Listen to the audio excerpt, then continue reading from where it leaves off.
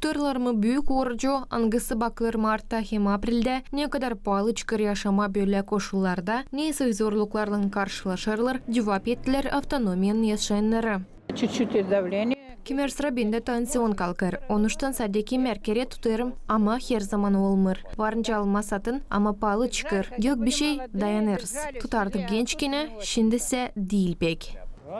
Önemli tutma ama yapmıyoruz bunu. Şimdi öyle vakit. Pahalar başka. Сейчас молодежь не держит, редко в случае чего-нибудь. А те, которые старенькие. Şimdi gençler tutmırlar. Seyrek sadi. Pensionerler tutarlar. Açan satın alırsın ilaç, para kalmır alma satın oruç yemek mallarını. А то и то, что нужно, нечем купить. Говорю правду, что не могу держать. У меня сахарный диабет, больная тоже на лекарства. Важно держать. Sağlığıma göre tutamıyorum orucu. Önemli tutma, sağlık için faydalı, paklanmak için. Ama hepsi pahalı. Fasulye 35, kartofi da pahalı. Bizim pensiyalarla nasıl oruç tutma? Gaz için ödedim 3500 açan pensiya 2500. 2,5 тысячи, что это?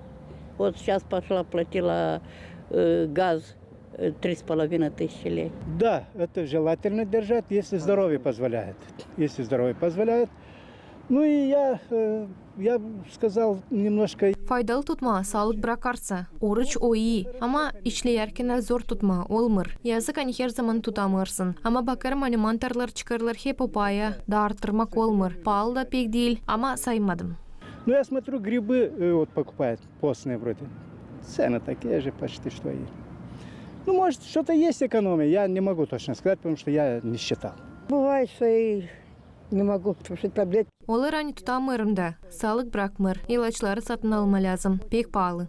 Ну, конечно, держать пост надо, потому что это для здоровья, во-первых, полезно. Во-вторых, это надо держать. Lazım oruç tutma. Sağlık için faydalı. Paklama deni güdeyi o lazım. Gençler de tutarlar ama sadece onlar kim Allah'ı sever hem sağlıkları var. Lazım oruç mallarını satın alma ama mallar pek pahalı. Görerken hani yortular ya da oruç gelir kaldırırlar 2-3 kat pahaları. Они, когда видят пост или какой-то праздник, поднимают цены в двойном, в тройном размере. Конечно, важно.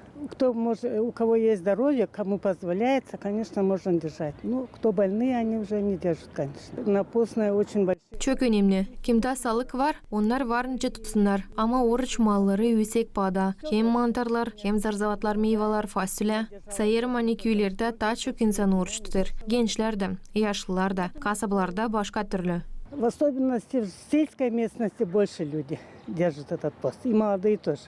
У них более другая, как сказать, вера. Они более религиозные, чем мы в городе. Вообще-то важно. Если человек хочет есть, он невзирает. Bu oruç çok önemli. İnsan isterse yeme o bulacak kolaylığı. Bakmayarak bir şeye. Şimdi öyle vakit için insan uzaklaştı kiliseden. Ama kiliseyi unutma olmaz. Я не держу, я болею. Tutmuyorum orucu, hastayım. Daha pahalı çıkar. Zarzavatlar yandan daha pahalı. Ama insanlar tutarlar. Anam tutar da 93 yaşına kadar her yıl. Kimde var kolaylık da kimde sağlık bırakarsa onlar lazım tutsunlar. Büyük oruç çekette 2025 yılın Mart ayının 3'ünden de sürtecek April ayın 19'una kadar. Oruç o vakit için inancılar kimi yemekleri kullanmırlar. Niyetlenerek paklanma ruh tarafından hem yaklaşma Allah'a. Paskelle yortusu da bu yıl bakılacak April'in 20'sinde.